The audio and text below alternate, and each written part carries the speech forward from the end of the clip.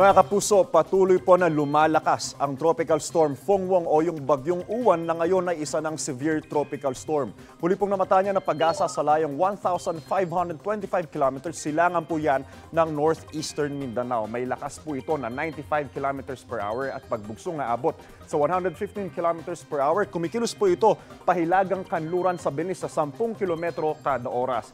Take note mga kapuso, mamayang hating gabi o madaling araw bukas ay inaasahang nasa loob na po ng PAR bilang typhoon etong si Uwan. Posible rin magkaroon ng rapid intensification o mabilis sa paglakas ang Bagyong Uwan habang tinatahak nito ang Philippine Sea. Hanggang sa ito'y maging super typhoon bago maglandfall po yan sa Isabela, Aurora area sa Lunes. Makikita po sa datos ng Metro Weather ang pinakahuling satellite image ng paparting na bagyo. Ayon sa Pag-asa, nasa mahigit 1,000 kilometro ang lawak ng bagyo. Kayang-kayang takpan nito ang halos buong Luzon at Visayas. Makikita nyo rin po ang mga kulay pula sa kaulapan ng bagyo. Ibig sabihin mga kapuso, sa mga bahaging yan ay maibubuhos ang matitinding dami ng ulan. Hanggang sa mga sandaling ito ay pwede pa pong magbago ang mga datos na yan, kaya manatili pong tumutok sa mga weather updates. Mga kapuso, paalala po, kahit na wala kayo sa Northern o Central Luzon, manatili po tayo naka-alerto at handa sa banta ng dala ng napakalakas ng bagyong ito. Paalala po,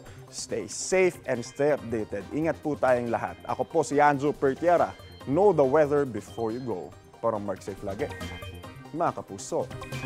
Kapuso, huwag magpapahuli sa latest news and updates. Mag-iuna ka sa balita at mag-subscribe sa YouTube channel ng GMA Integrated News.